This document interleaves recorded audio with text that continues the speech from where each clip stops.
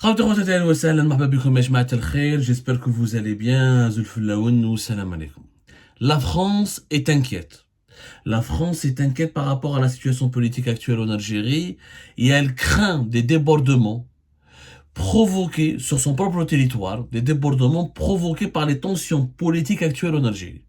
De prime abord, l'Algérie semble stable, calme, tout est statique, tout est figé. Ce n'est pas du tout la perception qu'ont les puissances mondiales de l'Algérie actuellement, notamment de la France, qui est l'un des pays qui connaît le mieux l'Algérie et l'une des puissances mondiales qui a le plus d'intérêt en Algérie au regard des échanges économiques importants avec l'Algérie. La France, ça reste quand même, je rappelle, deuxième et parmi les 3 ou 4 premiers partenaires commerciaux de l'Algérie et parmi les 3 plus importants partenaires politiques de l'Algérie. La France, terre d'accueil de la communauté algérienne la plus importante à l'étranger. La France, des relations historiques mouvementées mais assez puissantes et intenses avec l'Algérie. Pour la deuxième fois successive, les autorités françaises ont interdit pour dimanche prochain, comme pour le dimanche dernier, 18 février dernier. Demain, le 25 février, des rassemblements étaient prévus par des membres de la communauté algérienne en France pour commémorer l'anniversaire du Hirak, mais pour aussi manifester ou organiser des actions de rassemblement en faveur de la pour transmettre certains messages politiques et défendre certains slogans et certaines revendications politiques. Il y a eu au moins 3 initiatives pour organiser 3 rassemblements différents. La préfecture de police de Paris a décidé d'interdire tous les rassemblements liés à l'Algérie. C'est exceptionnel, c'est pour la deuxième fois que la préfecture de police de Paris décide de ne n'autoriser aucun rassemblement. Auparavant, durant les années précédentes, il y avait toujours quelques rassemblements qui étaient refusés, mais d'autres qui étaient acceptés, plus ou moins acceptés, où la préfecture de police propose aux organisateurs de changer l'itinéraire, ou de changer de lieu de rassemblement, mais jamais, je dis bien au grand jamais depuis 2019, la France ou les autorités de la préfecture de police de Paris n'ont jamais auparavant décidé d'interdire tout rassemblement lié à l'Algérie. Cette fois-ci, tout rassemblement lié à l'Algérie. Et la préfecture de police parle et justifie cette interdiction pour demain, dimanche 25 février. Nous sommes aujourd'hui le 24 février 2024. Dans le contexte d'anniversaire du Hirak et de violence entre mouvances antagonistes anti-pro-régime. Donc, le préfet de police de Paris l'a interdit tous les rassemblements de contestation du pouvoir algérien privé dimanche en raison de risques de troubles à l'ordre public. Qui va provoquer ces troubles dans un contexte de violence entre mouvances antagonistes anti et pro-régime. C'est-à-dire que la police française a des renseignements, a des informations plus ou moins précises qui indiqueraient qu'il y a un risque d'affrontement entre des tendances, des mouvances qui appartiennent à la tendance pro-régime et des mouvances ou des mouvements, des groupes ou des collectifs qui appartiennent à la tendance des opposants anti-régime. Et effectivement, on sent de la tension. On sent que depuis la semaine dernière, un mouvement, on en a parlé sur Algérie Part, qui s'appelle le MODAF, a essayé de, comment dirais-je,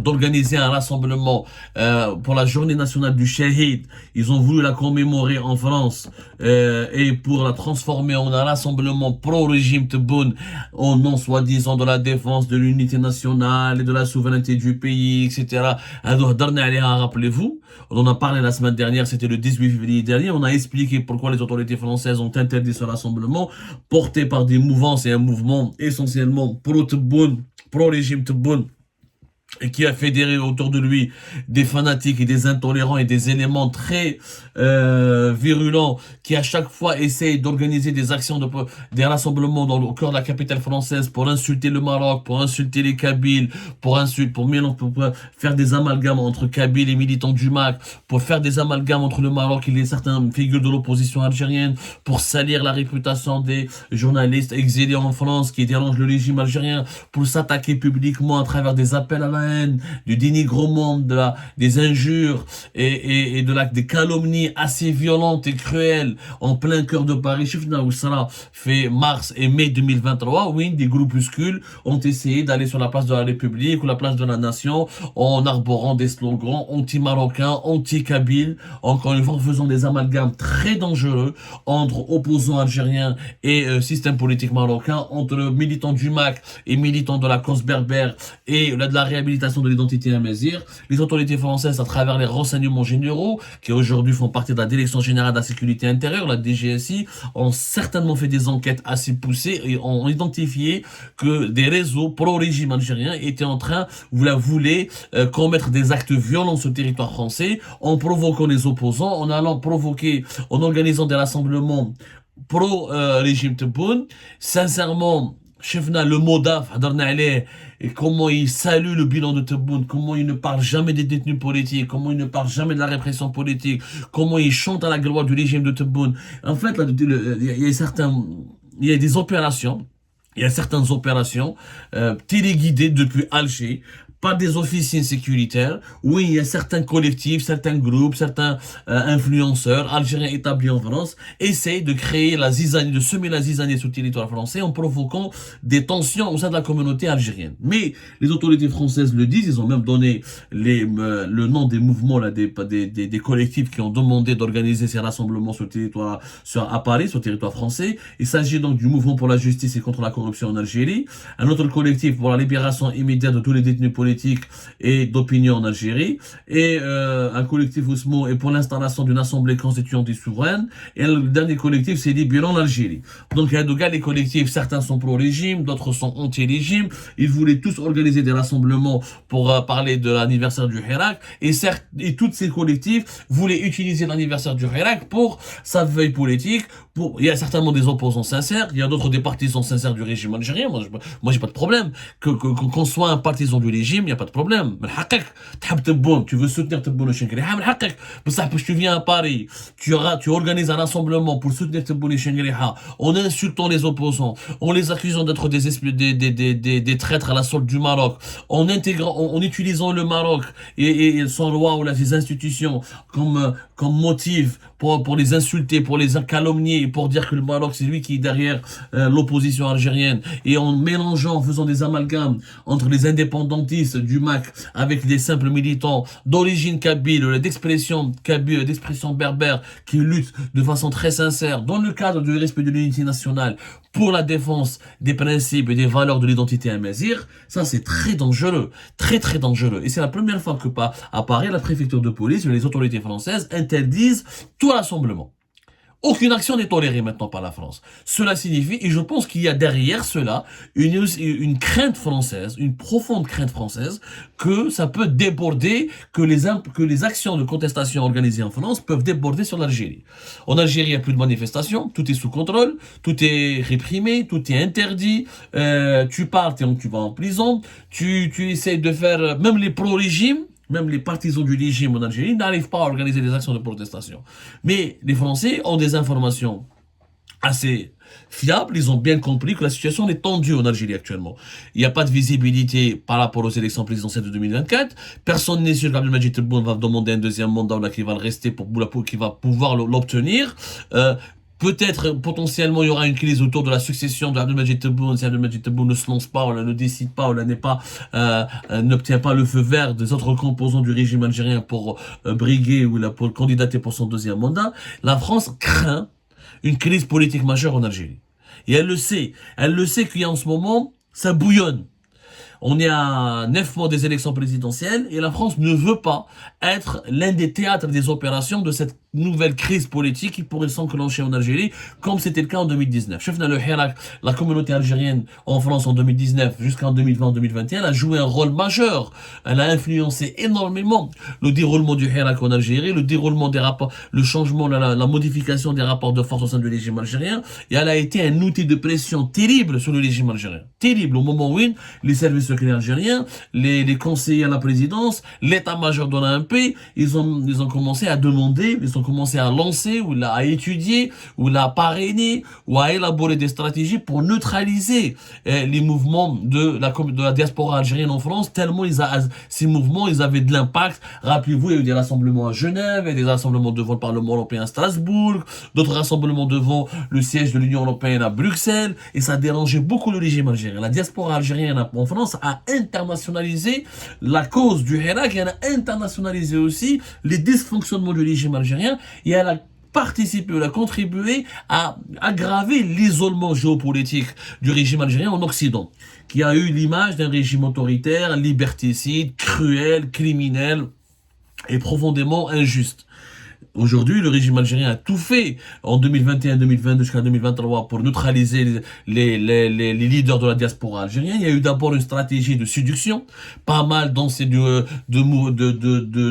d'influenceurs ou là de militants très dynamiques et actifs de l'opposition, notamment du mouvement Rachel, du mouvement du MAC ou là des collectifs Al Hirak qui ont été approchés par les services secrets algériens à travers une cellule spéciale qui leur a été dédiée pour négocier avec eux, pour leur proposer, pour les réhabiliter, pour leur proposer de revenir sur le territoire national, en annulant toutes les poursuites judiciaires qui pesaient à leur rencontre, en essayant de nouer un dialogue avec eux pour les récupérer. Et sa stratégie de récupération, elle a bien marché. On a vu que Habib Haché, juge et magistrat qui était parmi les opposants les plus virulents de 2019 à 2022, est rentré à Alger, est rentré en Algérie. Rachid, plusieurs de leurs éléments de l'Algérie.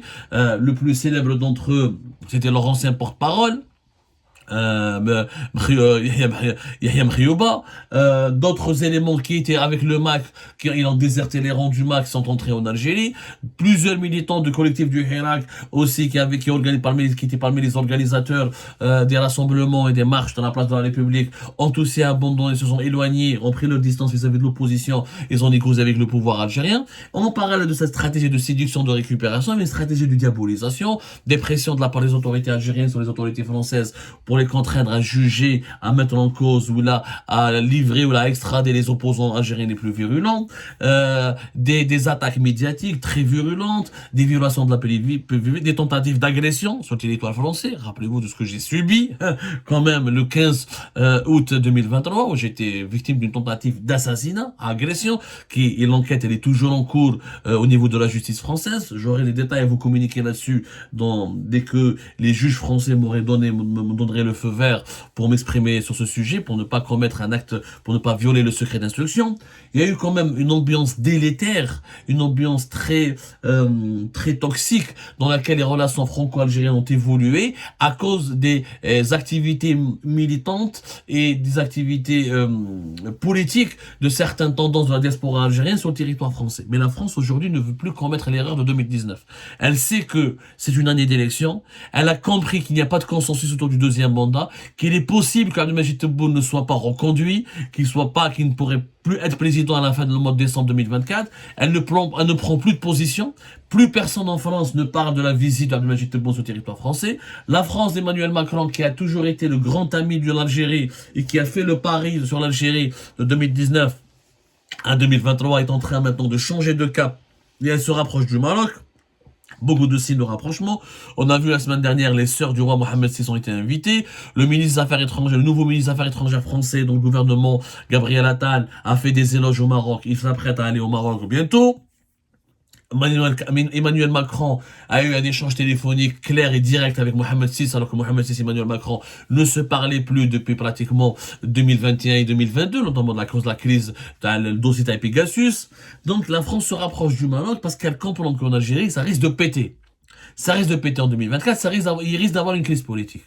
La France ne veut plus refaire les mêmes erreurs de 2019, où elle a parié sur le 5e mandat de Bouteflika, sur le président sortant, et elle s'est retrouvée éjectée, elle s'est retrouvée avec des relations hyper compliquées avec celles et ceux qui ont éjecté Bouteflika du pouvoir, à savoir le clan de Gaït Saleh. Là, la France veut rester neutre. Et pour rester neutre, elle envoie un message clair à Alger. Elle ne veut d'aucune action politique sur son territoire.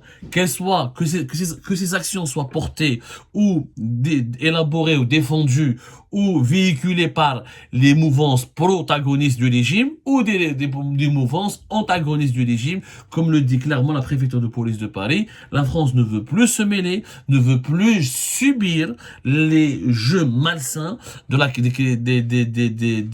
les jeux malsains des manœuvres politiques du régime algérien, et elle ne veut surtout pas redevenir l'un des théâtres des opérations ou l'un des théâtres des actions et de la crise politique algérienne. La France a peur. L'Algérie cette année l'Algérie de 2024 lui fait énormément peur.